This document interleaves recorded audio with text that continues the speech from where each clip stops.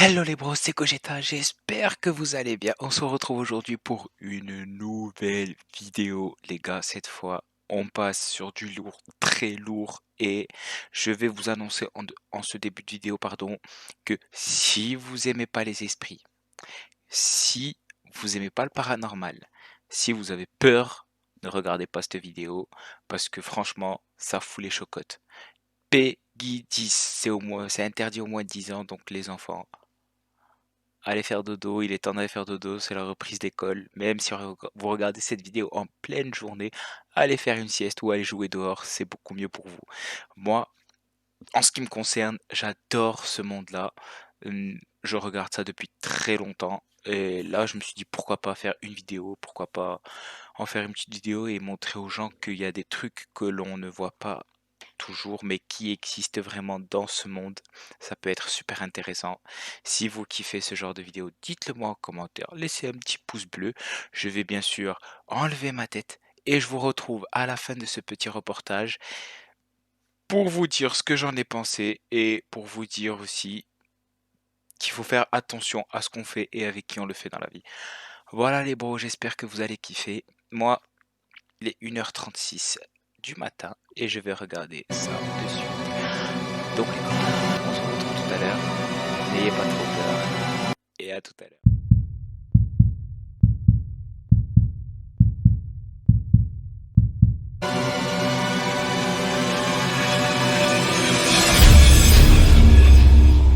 Les témoignages que vous allez entendre au cours de cette émission sont authentiques et illustrés par des images d'archives et des reconstitutions.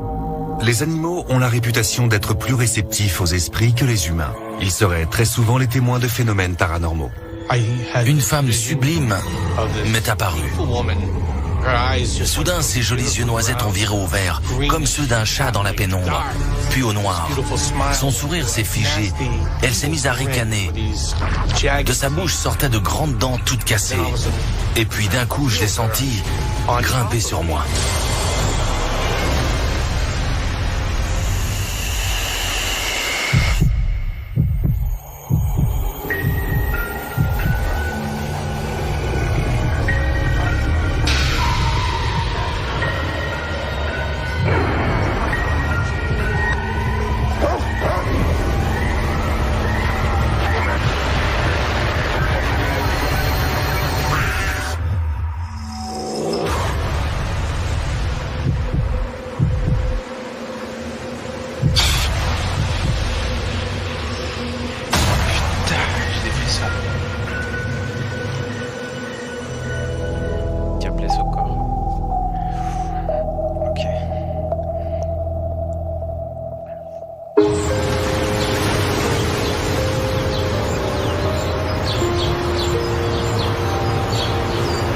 Il était une fois au cœur de la Nouvelle-Angleterre, un père de famille respectable qui, à force de flirter avec le paranormal, a bien failli tout perdre.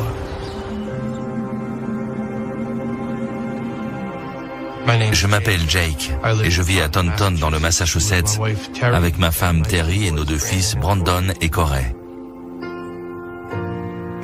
J'ai épousé Terry en 1990. Elle est tout pour moi. Jake est un homme adorable, très attentionné, qui adore faire des blagues. Brandon a hérité ça de son père. C'est un garçon extraverti. Mon père est un chef de famille exemplaire, mais c'est aussi un ami. Corey tient davantage de moi. Il est un peu plus réservé. On a également une petite chienne, un loulou de Poméranie qui s'appelle Chloé. C'est plus qu'un simple animal de compagnie, elle fait partie de la famille. Un an plus tôt, Jake a rejoint un groupe d'investigation du paranormal créé par son ami Lou. Il y a longtemps que Lou voulait mettre en place une sorte de brigade pour aider les gens. Les phénomènes paranormaux, ça le connaît bien. J'y ai été confronté dans mon enfance. La nuit, des esprits me rendaient visite, j'entendais des bruits, des voix. Je ne souhaite à personne de connaître ça. Je connais Lou depuis que j'ai 14 ans. C'est un peu le grand frère que je n'ai jamais eu. Et donc, j'ai accepté de le suivre dans cette aventure un peu spéciale. On ne pensait pas que ça présentait le moindre danger. Ça devait faire 6 ou 7 mois que le groupe existait. Lorsqu'un jour, je reçois un appel de l'épicier. Il m'explique qu'il se passe des choses bizarres dans son magasin. À plusieurs reprises, des objets ont changé de place sans que personne n'y touche. D'autres volent à travers les rayons. Ses employés ont peur et n'osent plus mettre les pieds dans la cave. J'ai aussitôt contacté le père Bob Bailey, car ça avait l'air sérieux. Bob Bailey est un prêtre catholique spécialisé dans la lutte contre les forces démoniaques. Il est le cofondateur du groupe Les Guerriers du Paranormal de Saint-Michel.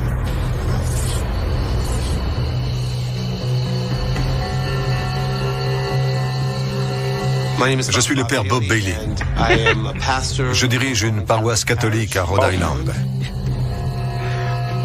Jake a fait appel à moi car il soupçonnait des forces maléfiques d'avoir investi les lieux.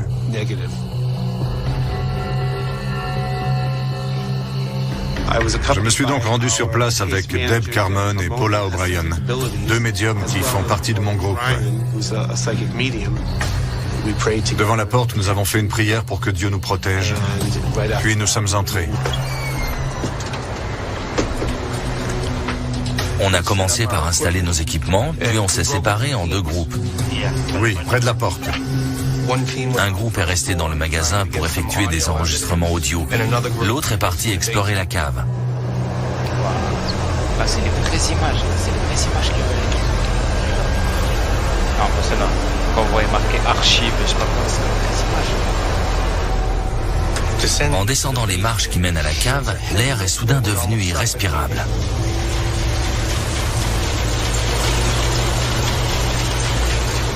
L'atmosphère était pesante. Une ombre maléfique planait sur les lieux. Voilà, image d'archive, ça c'est les vraies images. On suffoque ici. Il fait un froid glacial. Je m'étais figuré que l'affaire serait pliée en moins de 2. Normalement, je n'aurais pas dû être là ce soir-là. Mais Lou était malade, donc c'est moi qui le remplaçais. J'avais un thermomètre à la main et la température chutait à vue d'œil. À un moment, on a vu s'afficher 66,6 degrés Fahrenheit. 666, c'est la signature du diable. Le thermomètre indique 66,6. Étrange, non? Quand j'ai vu ça, il m'a semblé évident qu'on avait affaire à un esprit impur, voire démoniaque. En l'espace de quelques minutes, la température a chuté d'une 12aine de degrés. Il s'est mis à faire très froid. Il gèle ici, vous avez remarqué? C'est incroyable. De nombreux spécialistes attribuent ces baisses soudaines de température à la présence d'esprits.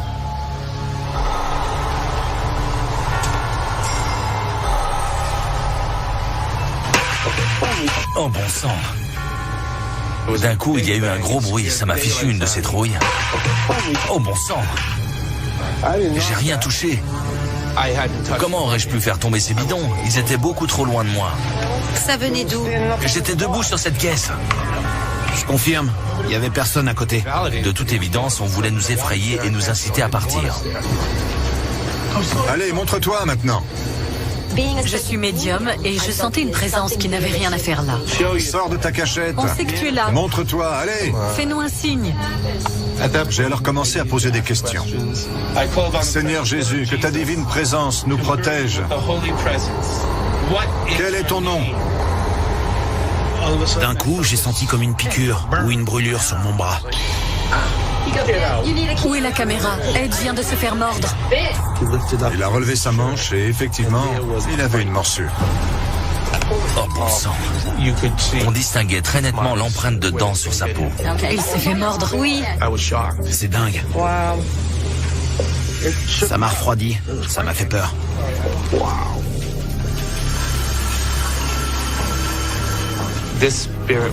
L'esprit n'a pas apprécié qu'on le dérange. Et il s'est vengé. Qu'il s'agisse ou non d'un démon, je savais qu'il ne partirait pas, à moins que je ne mobilise toute mon énergie spirituelle. Va-t'en, vade. Je me sens pas bien. J'ai commencé à avoir des vertiges et la nausée. J'ai carrément failli m'évanouir. Je tiens plus debout, c'est horrible. Jake, c'est l'esprit qui essaie de prendre possession de son corps. Il fallait intervenir et vite. Nous avons donc commencé à prier. Jake, quelqu'un peut me tenir ça? Tiens, Terry.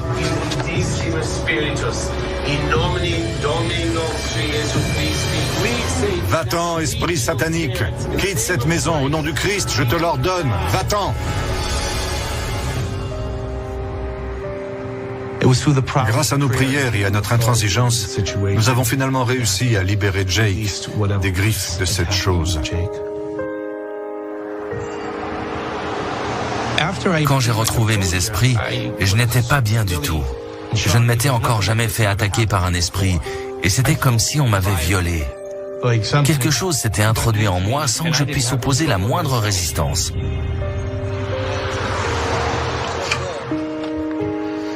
Nous avons effectué une dernière tournée d'inspection, mais cette fois nous n'avons rien trouvé de suspect. L'atmosphère était beaucoup plus légère qu'à notre arrivée. Nous avions gagné notre pari. Depuis, il n'y a pas eu d'autres incidents dans cette épicerie. L'intervention a laissé Jake en proie au doute. Il n'est plus certain de vouloir faire partie du groupe d'investigation du paranormal. Ah, tu m'étonnes. Le gars, il se fait violer, wesh. Enfin, façon de parler. Cet incident m'a ouvert les yeux. J'ai commencé à avoir peur pour mon mari. C'était légitime. On ne sait jamais ce qui peut se passer sur le terrain.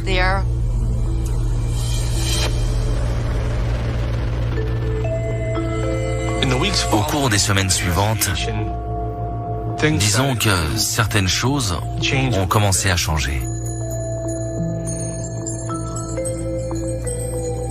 Chloé est devenue très agressive avec Jake. Chaque fois qu'il prenait ma mère dans ses bras, Chloé se mettait à grogner. Dès qu'il me prenait dans ses bras, elle aboyait et elle essayait de se mettre entre nous deux. Au début, je me suis dit que Chloé devait être un peu jalouse de mon père, parce qu'elle est très attachée à ma mère. En temps normal, elle me suit partout. Et elle arrête pas de me sauter après pour que je la fasse jouer. Ça ne m'a pas plus inquiété que ça. C'était bizarre, mais voilà.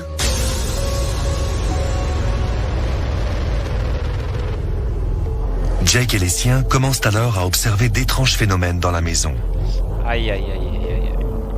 Ça les a suivis, ça l'a suivi à la maison. C'était des petites choses, mais chacun de nous les a remarquées. Parfois, j'entendais des pas dans la maison alors qu'elle était déserte. Ma télé s'allumait toute seule. D'un coup, toutes les lumières se mettaient à clignoter.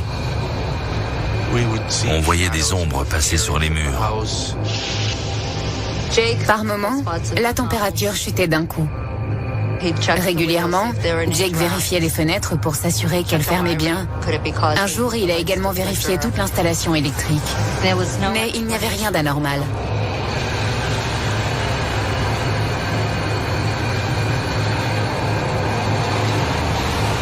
Une nuit, Terry est réveillé par un bruit étrange.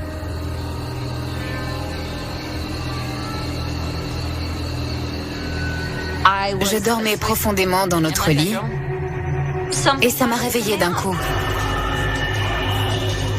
Je me suis redressée pour voir d'où pouvait venir ce vacarme. Finalement, j'ai ouvert la fenêtre et j'ai réalisé que c'était des cris et que ça venait du bois situé derrière la maison.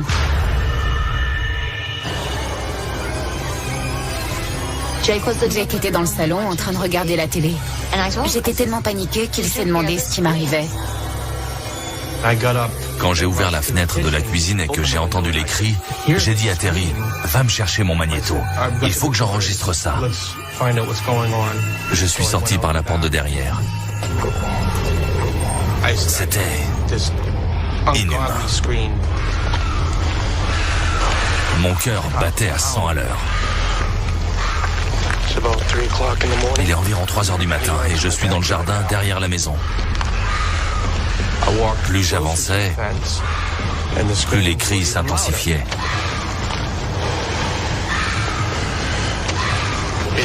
On dirait que ça vient du petit bois qui est derrière la maison.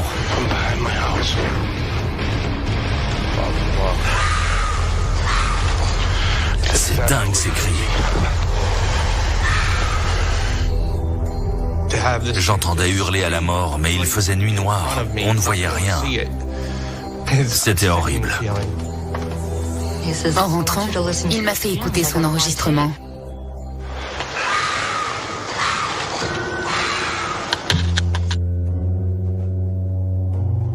Je n'ai jamais rien entendu d'aussi effrayant. Est-ce que c'était un animal? C'est possible. Est-ce que je crois à cette hypothèse? Non. Selon moi, ça ressemblait plus au cri de quelqu'un qu'on poignarde. C'était vraiment déchirant. J'ai sérieusement envisagé d'appeler la police, mais comme je n'avais pas vu de rôdeur... On s'est dit, on verra bien demain si les voisins nous en parlent. Peut-être qu'eux aussi, ils ont entendu crier, mais rien. On a trouvé ça bizarre.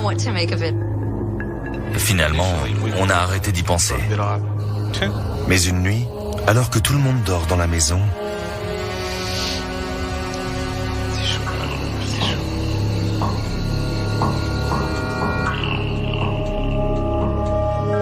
ce soir-là, je m'étais endormi assez vite.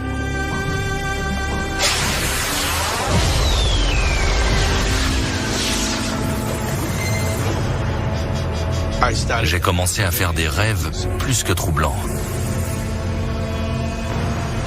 Des rêves mettant en scène une femme magnifique. C'était étrange, car on aurait dit que tout était réel.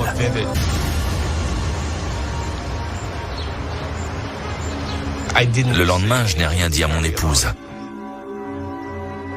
Je n'avais rien fait de mal, mais quelque part, je culpabilisais.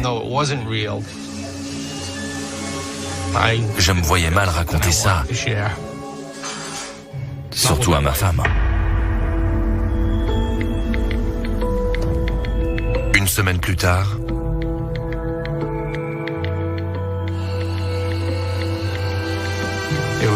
il devait être environ 2 heures du matin. J'étais en train de m'endormir.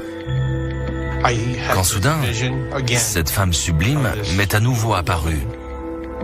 Et puis, très vite, le rêve a viré au cauchemar. Ses jolis yeux noisettes ont viré au vert, comme ceux d'un chat dans la pénombre, puis au noir. Son sourire s'est figé et elle s'est mise à ricaner. De sa bouche sortaient de grandes dents toutes cassées. C'était atroce.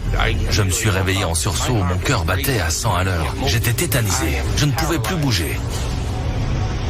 Et puis d'un coup, je l'ai senti grimper sur moi.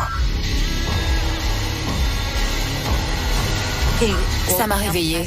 J'ai crié « Chérie, ça va ?» Mais il ne répondait pas. J'ai eu peur. Il me dévisageait comme pour implorer mon aide.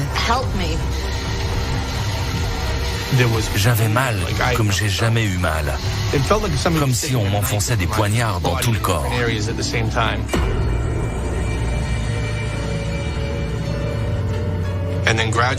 Peu à peu, la douleur s'est estompée et j'ai retrouvé l'usage de mes membres. Il est finalement sorti de sa torpeur. Et il m'a dit « Ça va, ça va ». J'ai raconté mon cauchemar à ma femme, mais sans entrer dans les détails. Je me sentais un peu honteux et je n'avais encore jamais eu aussi peur.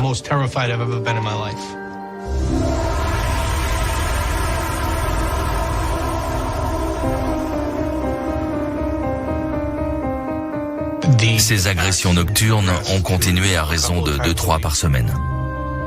Jack ne voulait plus aller se coucher parce qu'il avait peur de ce qui l'attendait. Je ne dormais quasiment plus. Du coup, j'étais agressif et j'infligeais mes sautes d'humeur à tout le monde. Il était hyper stressé. Je comprenais pas ce qui lui arrivait. Il passait le moins de temps possible avec nous. Il était méconnaissable.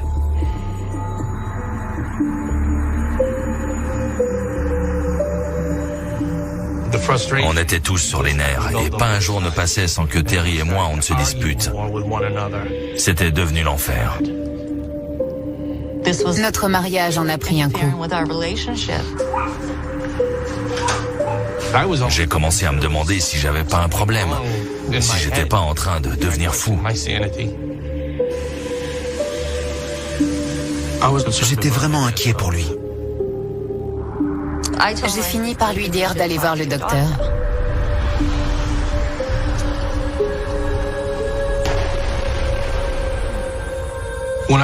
J'ai suivi les conseils de ma femme. J'ai passé un scanner, une IRM. J'ai fait des analyses de sang et une étude du sommeil. Les médecins n'ont rien trouvé. Il n'y avait absolument rien d'anormal chez moi. Ça m'a soulagé, mais ça ne répondait pas à la question « Pourquoi tous ces cauchemars ?» J'étais désespérée. Si on avait découvert que Jake était malade, il se serait fait soigner. Et avec un peu de chance, tout serait rentré dans l'ordre. Il fallait qu'on nous aide. Jake décide alors de révéler la véritable nature de ses rêves à son épouse.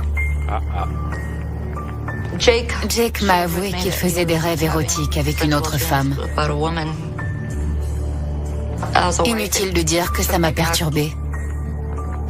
J'étais à la fois peinée pour lui et irritée. Terry a assez mal réagi quand je lui ai tout dit. Ça l'a mise en colère. J'ai cru que j'allais le perdre. À ce stade, il me fallait des réponses, quelles qu'elles soient. Les rêves de Jake pourraient-ils être d'origine paranormale?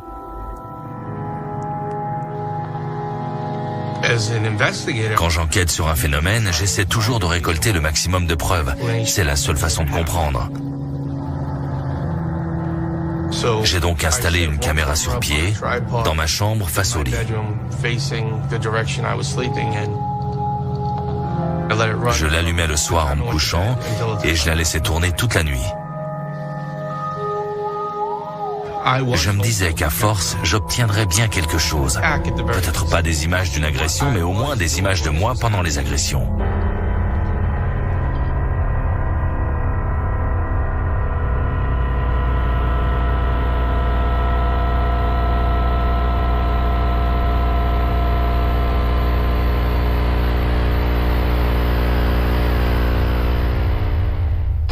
Trois jours plus tard, Jake a fait un nouveau cauchemar.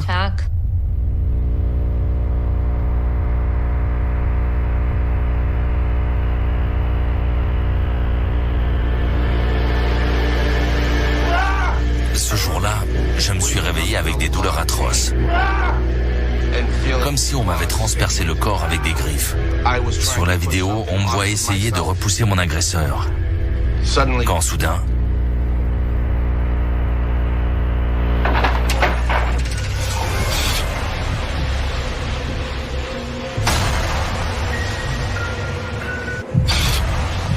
Les histoires des témoins de l'étrange.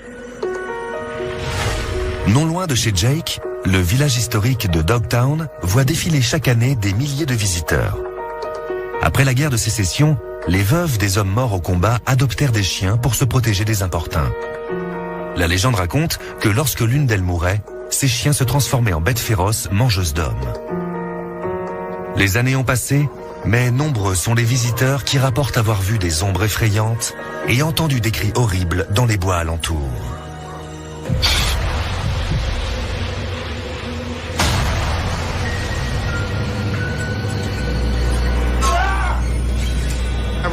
Je me suis réveillé avec des douleurs atroces, comme si on m'avait transpercé le corps avec des griffes. Quand soudain, le chandelier de la commode a bougé.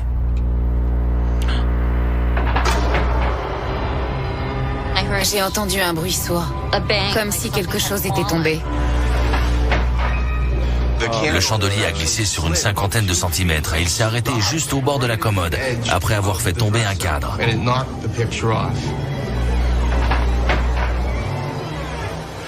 J'ai eu une de ces peurs.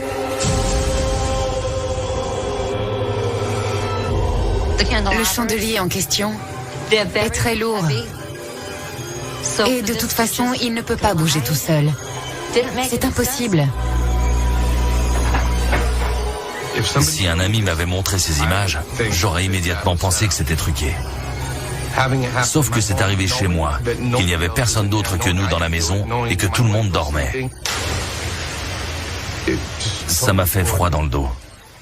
Et c'est là que j'ai compris qu'un esprit s'était invité entre nos murs. Oh, oh. Ça fait peur les gars, ma mère ça fait peur, faites gaffe. Tous ces phénomènes étranges. Le problème, c'était qu'on n'arrivait pas à les expliquer. Se pouvait-il qu'il y ait un rapport entre les agressions et les cris qu'on avait entendus dans les bois? J'avais peur pour Jake, j'avais peur pour moi et j'avais peur pour les enfants. J'ai donc demandé à Jake d'appeler le père Bailey et ses amis, parce qu'il fallait que ça cesse. Quand Jake m'a appelé, j'ai tout de suite compris que c'était sérieux. Il m'a expliqué qu'il était victime d'agressions sexuelles dans ses rêves. Tout dans son discours portait à croire qu'il était victime d'un démon. Cela restait toutefois à vérifier. Nous avons donc mené notre enquête pour comprendre de quoi il retournait exactement.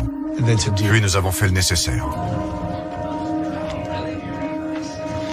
Le père Bailey, les gens de son groupe et ceux du mien sont venus un soir à la maison. Je comptais beaucoup sur les deux médiums pour percer le mystère. On a visité les pièces une par une afin de s'imprégner de l'atmosphère et en l'occurrence, Paula et moi avons toutes les deux ressenti des ondes positives. Puis on s'est engouffré dans le couloir qui mène aux chambres et là, plus rien à voir.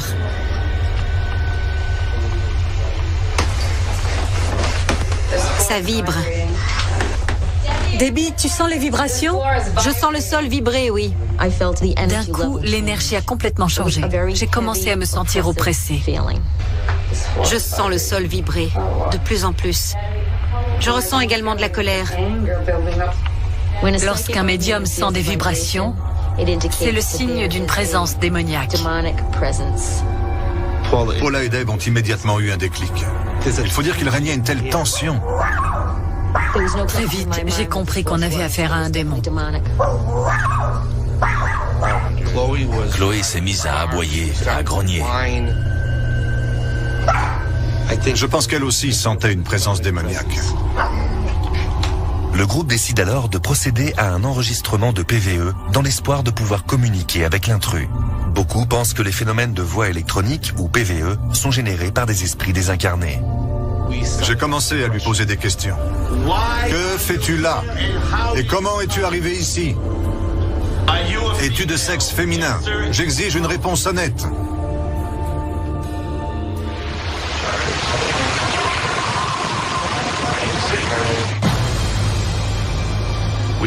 On a alors entendu une voix grave dire « Béni soit Satan ». Ça m'a glacé les sangs. J'ai les frissons les gars. Les démons affectionnent ce genre de provocation.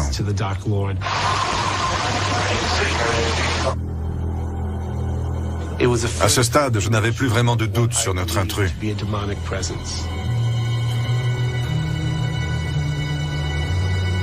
Écoute-moi bien, esprit impur et malveillant.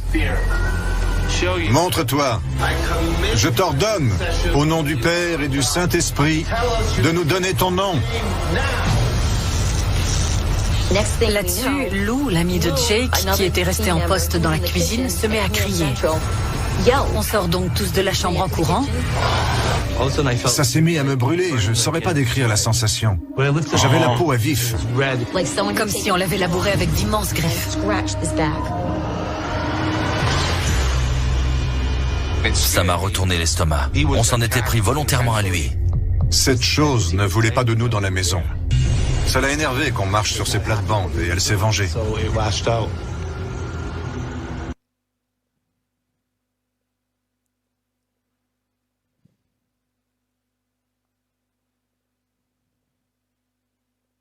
Vraiment mal. Aujourd'hui encore, ça me poursuit. J'ai du mal à en parler.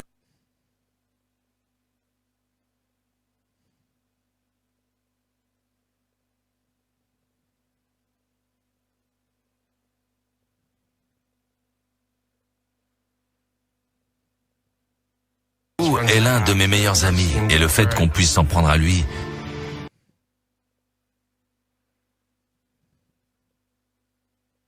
ça m'a fait mal. J'étais terrifiée. J'avais hâte que ça se termine. Désolé pour les coupures. L'équipe décide alors de retourner dans la chambre de Jake. C'est pas moi, c'est l'émission. Dans la suite parentale, l'atmosphère était toujours aussi pesante.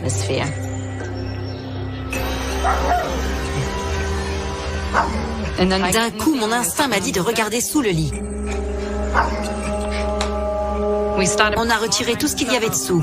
Et dans le tas, on a trouvé un sac. Le sac que Jake utilise pour ses enquêtes. Jake portait ce sac le soir où il s'est fait attaquer par l'esprit qui occupait l'épicerie. Jake avait été attaqué par une force mystérieuse lors de notre intervention dans la cave de l'épicerie. Peut-être s'était-elle réfugiée dans son sac et l'avait-elle suivi jusqu'à chez lui. Je ne sais pas ce qui s'est passé entre l'épicerie et chez moi, mais contrairement à ce qu'on pensait, peut-être qu'on ne s'était pas tout à fait débarrassé de la chose. Dave m'avait parlé de ses rêves. J'en ai déduit que la chose en question était une sorte de prédatrice sexuelle qui avait jeté son dévolu sur lui. La question c'était, qu'est-ce qu'elle veut à mon mari? Pourquoi lui? Pourquoi nous? La chose semblait décidée à s'emparer du corps et de l'esprit de Jake. Nous avions donc affaire à un succube. L'équipe contacte alors Kathy Boyd, une spécialiste des sciences occultes, afin de trancher la question. Succube.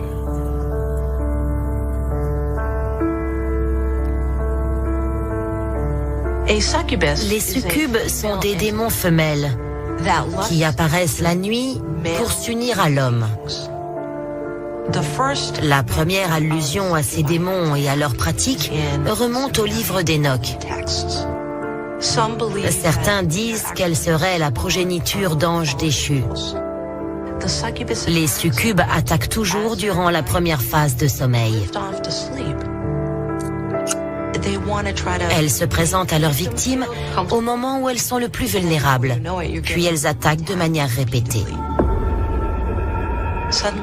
Incapables de bouger, les victimes se retrouvent sans défense. C'est presque du viol. Les succubes sont des diablesses qui se nourrissent de luxure. Après avoir privé leurs victimes de leurs fonctions vitales, elles les forcent à avoir des rapports sexuels avec elles. Quand on m'a dit ça, ça m'a laissé sans voix. Personnellement, je ne savais pas trop comment je devais le prendre. Ça correspond en tout point à ce que j'ai vécu. Je n'aurais jamais pensé tomber un jour dans ce genre de piège. Mais je me suis trompé. Il faut beaucoup de volonté pour réussir à chasser un succube.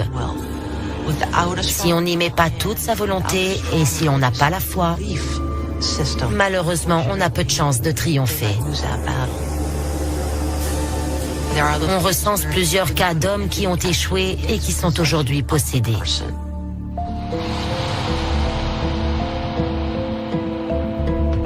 Il était évident que ce succube n'allait pas renoncer à Jake comme ça, d'autant plus que nos différentes interventions l'avaient mis en colère.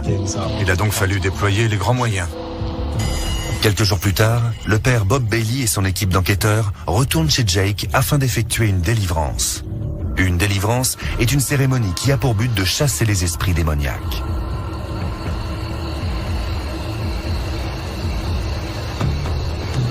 Nous nous attendions au pire, car il s'agissait vraisemblablement d'un démon très obstiné.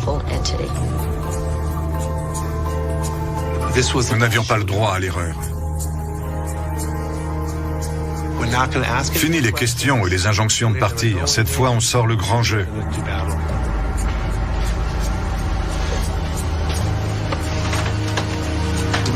Les délivrances consistent en une série de prières qui agissent directement sur les forces démoniaques. Armé du bouclier de la foi, tu éteindras toutes les flèches incandescentes du démon. Pour commencer, nous avons établi un cercle de protection autour de Jake. J'ordonne aux esprits démoniaques qui sont dans cette pièce de partir et de ne jamais revenir. Nous sommes plus forts que la haine qui vous emplit et nous vous sommons de laisser en paix les habitants de cette maison et leurs proches. Nous avons répété nos prières dans chaque pièce de manière à les purifier et à empêcher le succube de s'y réfugier.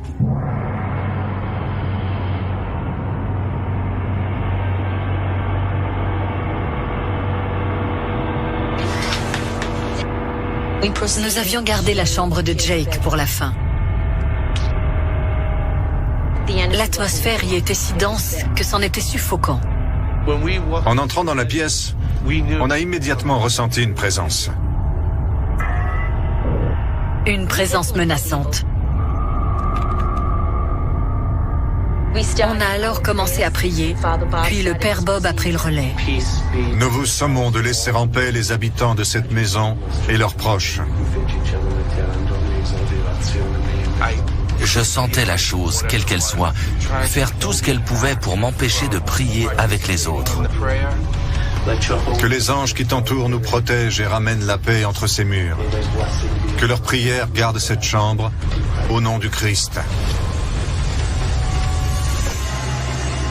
D'un coup, toutes les tensions se sont envolées. L'esprit avait quitté la pièce. Restait à savoir où il s'était réfugié.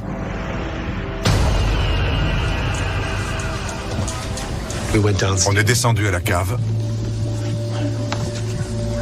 Il s'en dégageait une énergie très intense. Debbie et moi avons commencé à avoir des frissons. Il fait froid ici. Très froid.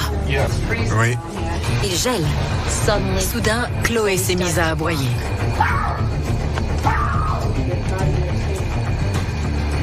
Tu ne vaincras pas. Il y a quelque chose là-bas. Suivez-moi. Le succube s'était réfugié dans la cave. J'ai la tête qui tourne. Oui, il est là. Il est là. La chienne s'est mise à aboyer. Le succube voulait qu'on sache qu'il était là. Comme tu le vois, malgré tes menaces et tes attaques répétées, nous sommes toujours là. Chloé était surexcitée. On allait devoir se battre. Le père Bob a commencé à prier.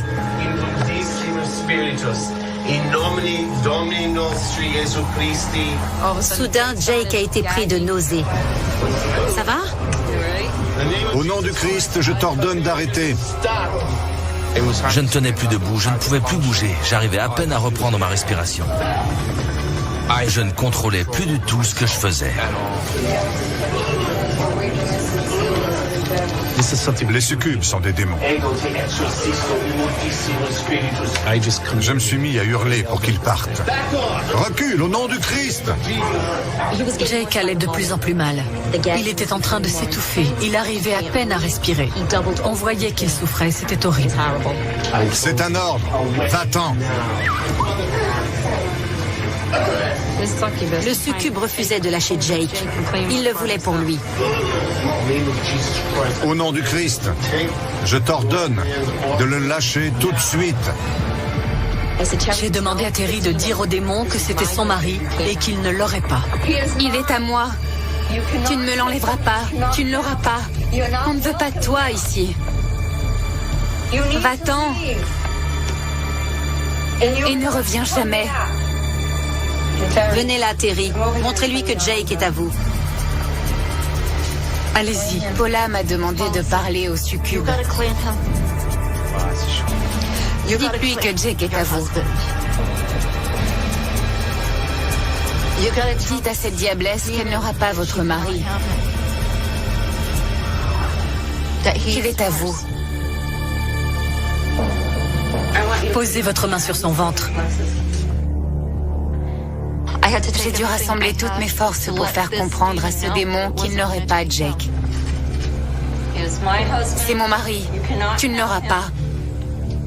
J'ai alors demandé à Jake de répéter haut et fort « Laisse-moi tranquille ». Il n'arrivait plus à parler. J'étais physiquement incapable d'articuler la moindre parole. Il fallait qu'il reprenne le contrôle de la situation. Il était clair que sinon le succube ne partirait pas. Son emprise était beaucoup trop puissante. J'avais tellement peur. Je me demandais ce qui allait se passer si on ne parvenait pas à vaincre ce démon. Est-ce que j'allais perdre mon mari? Laisse-moi tranquille. Je lui ai demandé de le répéter, plus fort que ça, Laisse-moi tranquille. puis de le crier. Laisse-moi tranquille. Wow, c'est chaud, frère. Ils ont imposé leur voix, ils ont défendu leur couple, leur maison. Et ça a marché. Le succube a finalement lâché prise. La tension est retombée d'un coup. Nous avons gagné la bataille. Nous avons réussi à faire fuir ce démon. Quel soulagement pour Jake. Pour nous aussi, bien sûr, mais surtout pour Jake. Physiquement, mentalement, j'étais rincé. Je n'avais plus de force. Je n'avais encore jamais ressenti une telle fatigue. Du coup, on s'est tous sentis libérés. C'était fini. Depuis la délivrance, le succube ne s'est plus jamais manifesté. Je dors beaucoup mieux. J'ai enfin retrouvé le sommeil. Et je n'ai pas fait un seul cauchemar depuis ce jour-là. J'ai retrouvé mon mari. Entre nous, tout est redevenu comme avant. Notre famille est plus unie que jamais. Et Chloé est de nouveau sereine. Elle ne se cache plus sous les tables. Elle a de nouveau la joie de vivre. J'ai complètement repris possession de ma maison. Nous allons pouvoir continuer à y vivre en toute liberté. Que dire les copains? J'ai des frissons, j'avais des frissons, c'est un truc de fou. Comme quoi les trucs comme ça existe, il faut pas négliger ce genre de choses. Aujourd'hui on a même des preuves, ça c'est juste un reportage. Dites-moi en commentaire si vous avez kiffé ou pas, partagez en masse. Et dites-moi si vous voulez d'autres épisodes parce que je sais où en trouver. Il y en a aussi sur YouTube, mais il y en a d'autres aussi que je peux en trouver sur des sites que je connais. Et sur des rediffs surtout que je connais. Voilà les copains, dites-moi en commentaire ce que vous en avez pensé. Et on se retrouve très bientôt pour d'autres aventures horrifiques. Ciao les copains.